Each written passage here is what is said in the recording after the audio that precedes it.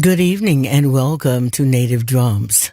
Our guest on this podcast today is Dr. Bobby J. Donaldson, Jr., Associate Professor of History and the Director of the Center for Civil Rights History and Research at the University of South Carolina, Columbia.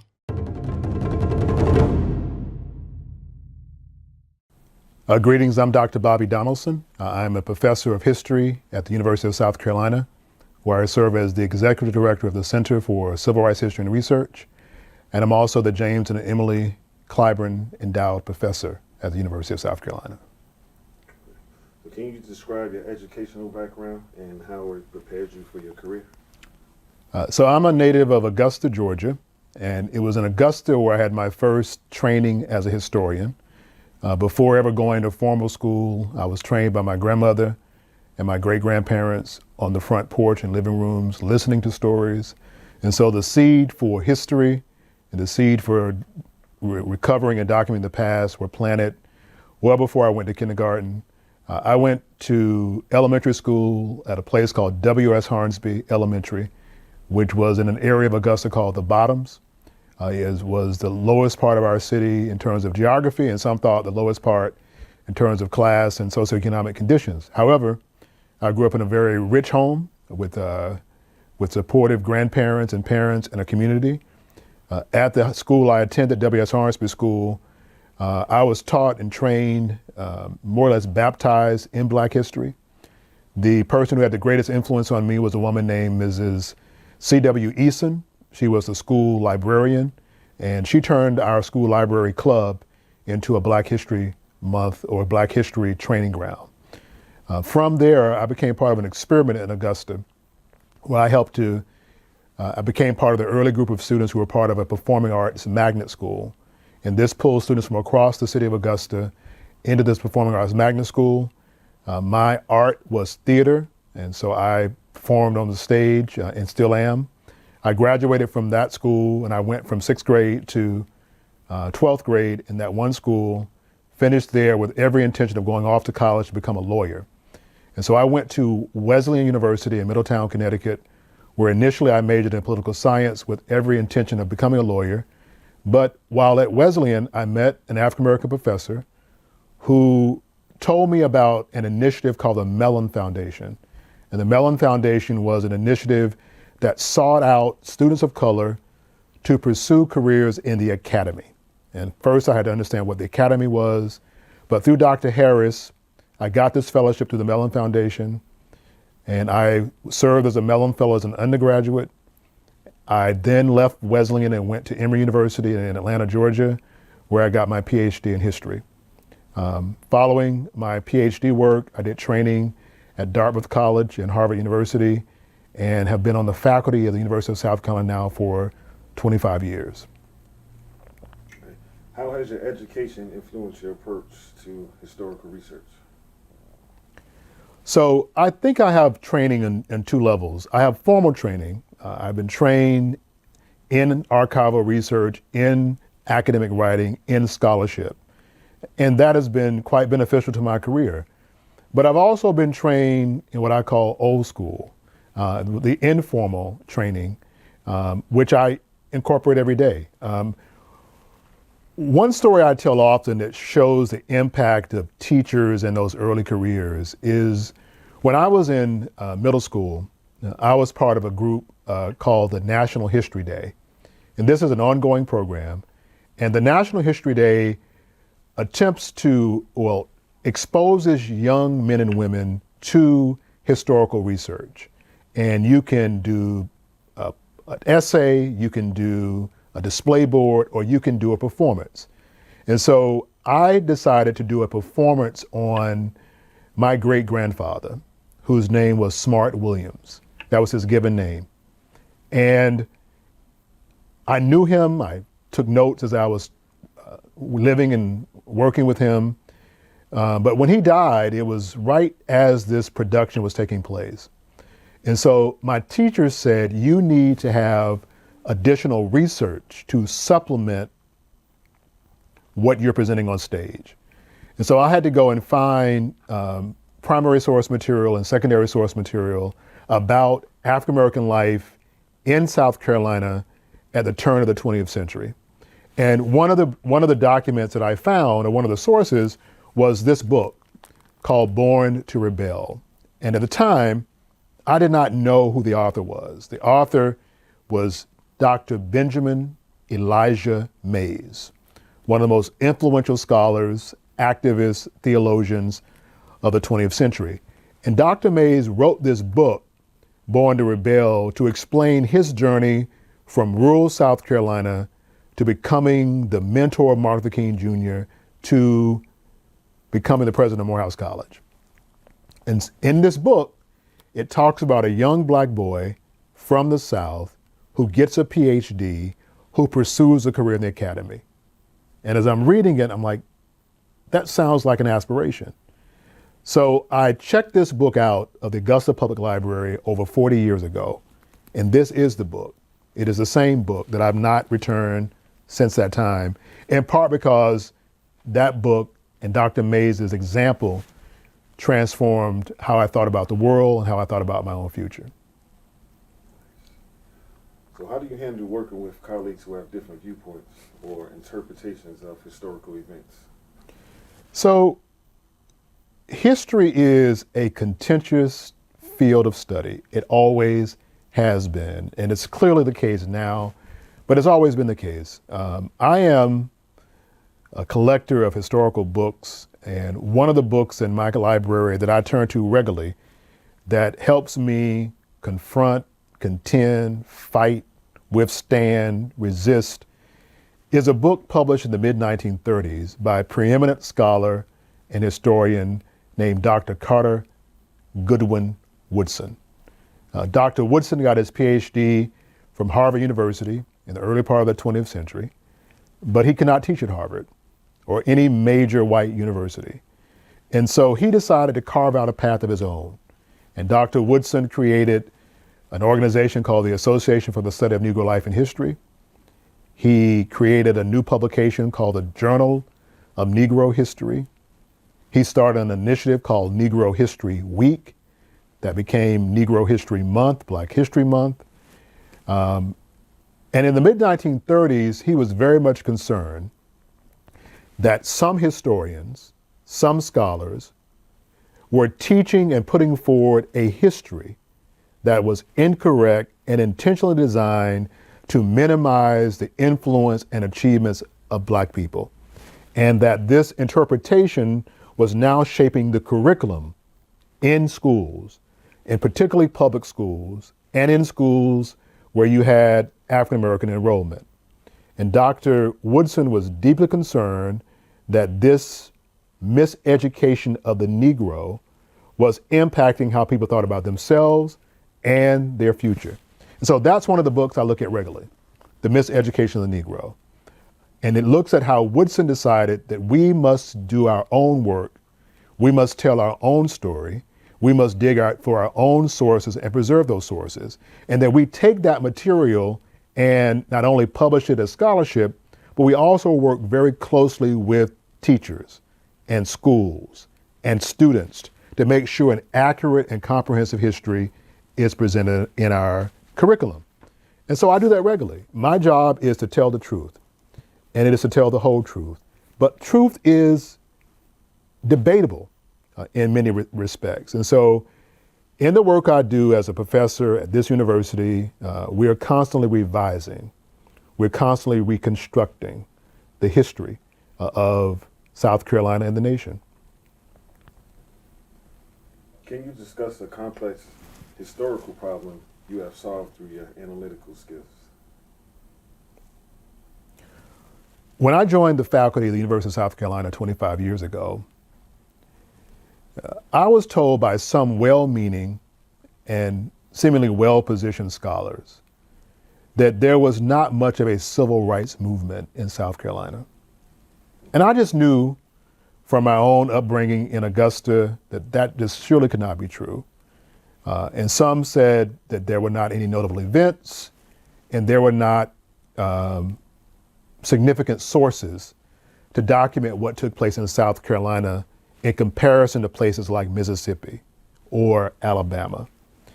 And I had the good fortune of coming at the university and being trained and mentored by several individuals who told me a different account and a different history. One of those persons was named Dr. Tom Johnson. And Dr. Johnson was the editor of a book called A True Likeness. This is a copy of the book. This book was published while I was in high school. And I remember vividly my great-grandfather, Smart Williams, and his sister, Aunt Baby, looking at this book and wondering, who was this little boy? Who are the people in this book? And I wish Granddaddy and Aunt Baby were here today, because we know exactly who this little boy is.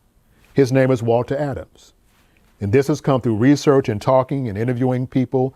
We've now been able to identify other people in this book through research and engaging the community. And similarly, we've now been able to tell a deeper and richer history of Black life in South Carolina and of the Civil Rights Movement.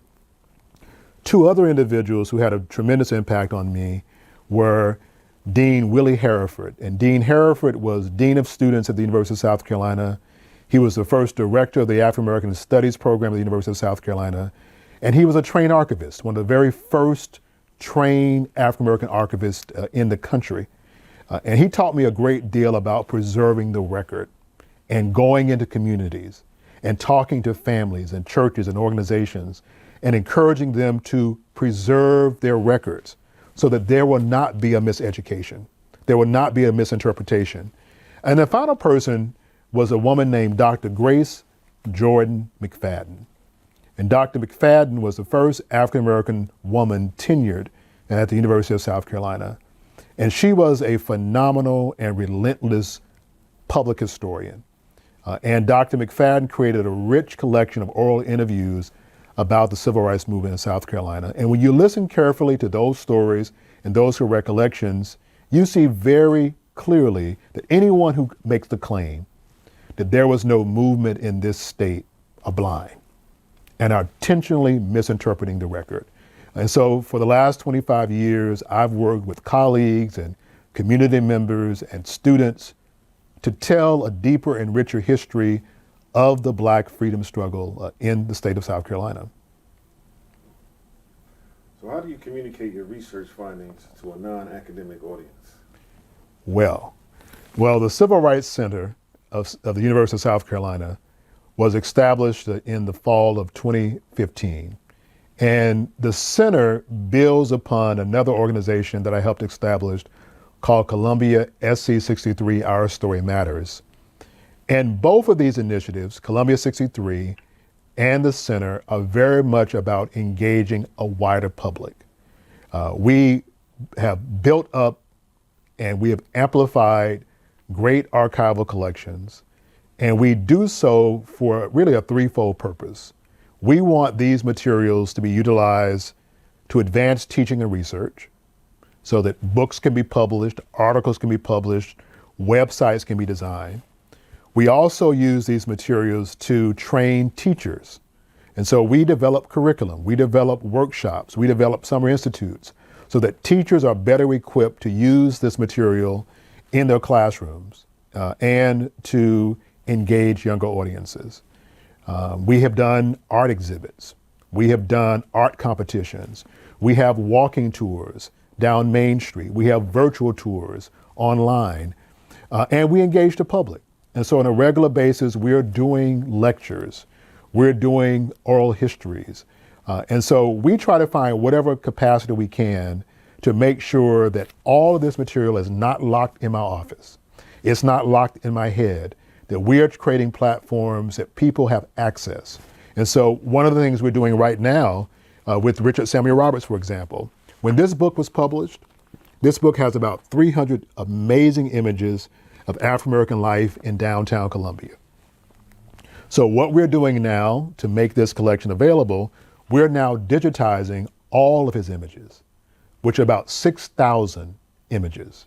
And so very soon there will be a web portal where anyone around the world can go in and look closely at these images and hopefully help us identify who these people are. And also, currently, at the Columbia Museum of Art, there is an exhibit called Intersection. And in that exhibit, anyone can go in during the working hours of the museum and see an amazing display of photographs of Richard Samuel Roberts, photographs from the famed photographer Cecil Williams in Orangeburg, and can see what African-American life looked like in downtown Columbia from the period of Reconstruction to the 1970s, when so much of that area became the target of eminent domain and urban renewal and has disappeared from the landscape. And so what we try to do is, through our outreach, through our research, we try to reconstruct this history so that it is more accessible to the general public. All right, 2 more questions. Can you discuss any peer reviews you have received and how you address the feedback? I am regularly reviewed as a professor on campus and as a scholar. I'm regularly reviewed as an administrator on campus. And generally, I've been positively reviewed. I've had a very successful career at the University of South Carolina. But the audience that concerns me most, there are 2 audiences that I want to be reviewed regularly, and I'm paying careful attention. I am always mindful of being reviewed by colleagues and professors. That's very important to my career as I advance. I'm mindful of how people think about my scholarship and my publications. But at the end of the day, I want to be measured as a great professor and a great teacher. And how my students think of me in the classroom as a mentor and an advisor is crucial. I have made adjustments over time as a result of that feedback. And I want to be regarded as a good public servant and a good public historian.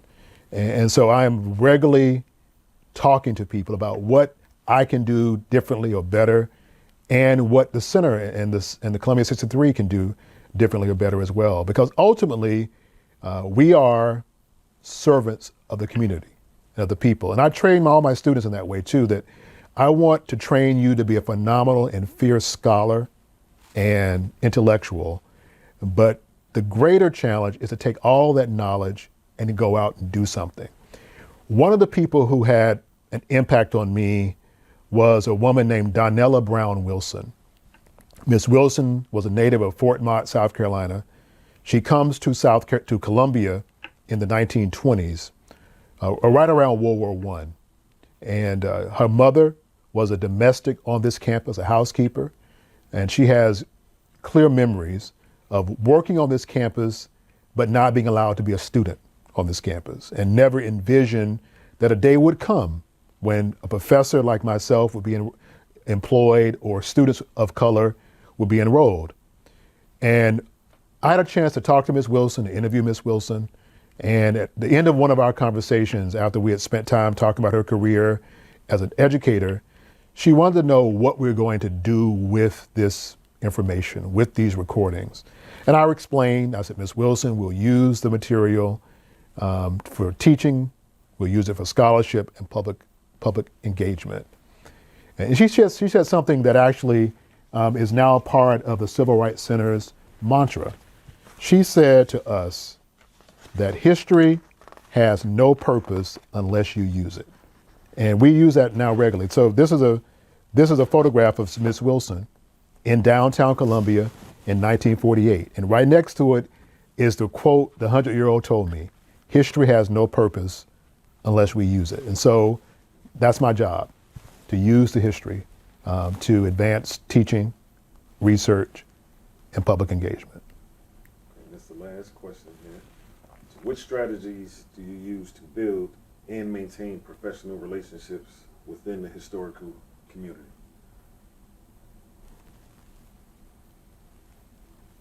I think the most effective strategy is how you communicate.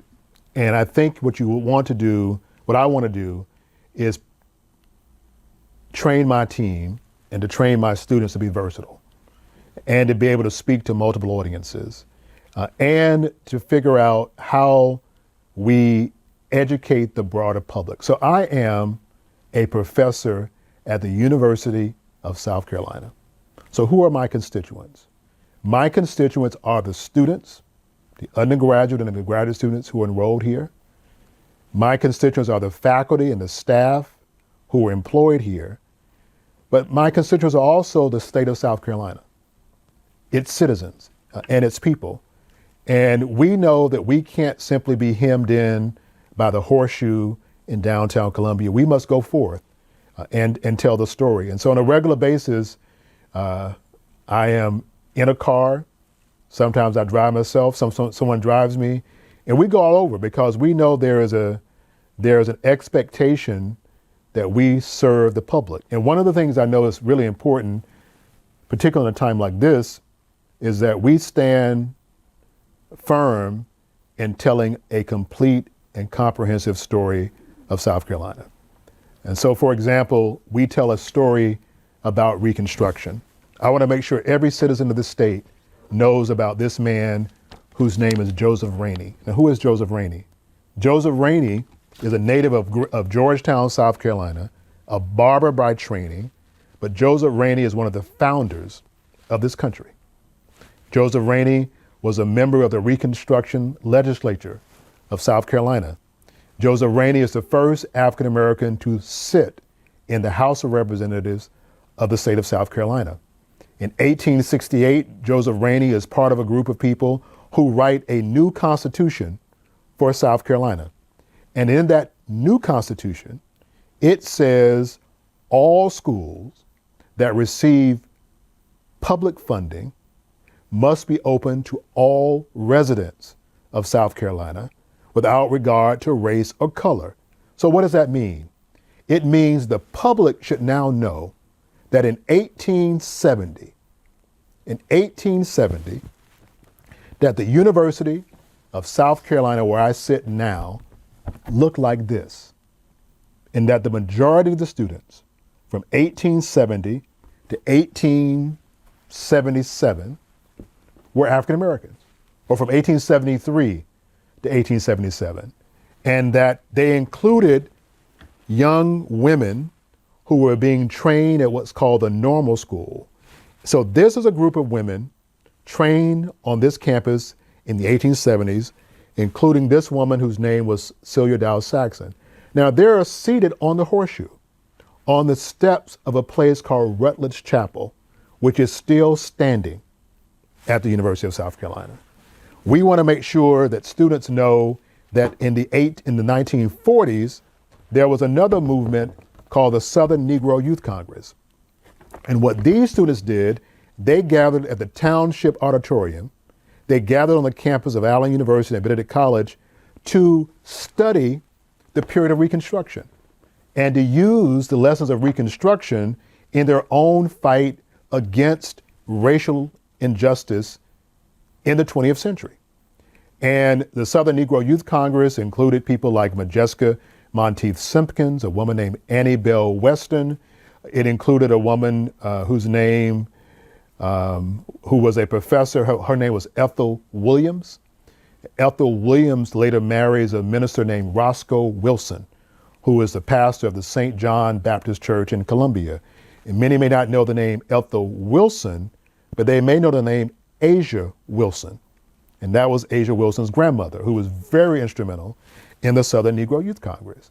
People in this state should know, and we're trying to tell the story of the sacrifices and the determination of average citizens who were not seeking to make history. They were simply seeking a better education for their children. So in the work we do, we help tell the story of these families from Summerton, South Carolina, who simply wanted to improve the educational resources and the educational outcome of their students. They did not know when they signed a petition in the late 1940s, they were going to become part of the landmark United States Supreme Court case, Brown versus the Board of Education. And so today in America, many people can tell you exactly what Brown did, but many do not know that the most important component of the Brown decision was what took place in South Carolina and the efforts of ordinary parents who lost their livelihood, they lost their land, they lost their jobs for simply saying we are citizens of this country and we want every right and privilege that comes with that citizenship, including an equal education. So who were the plaintiffs in Briggs v. Elliott? What did they endure? What was the outcome of their litigation? That is a story we tell quite often in the work we do at the Civil Rights Center. And there are many more stories I could tell about how we link together the historical record of South Carolina and are determined and intentional to make sure that history is accessible to anyone around the world.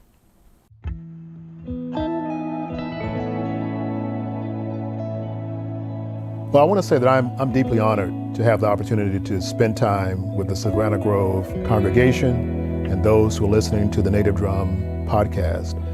In a time like this, it is critical that our churches and our religious leaders play an active role in making sure that this history is heard, that this history is preserved and protected and defended. What we're dealing with right now in terms of whose history is valuable and whose history is important or whose history is truthful is an ongoing battle. And I think it's really important as we think about the current struggle to preserve our history, that we're mindful that there are lessons to be gleaned and lessons to learn from the past. So I'm excited about the beginning of these conversations, and I look forward to spending the next several weeks with the Savannah Grove congregation.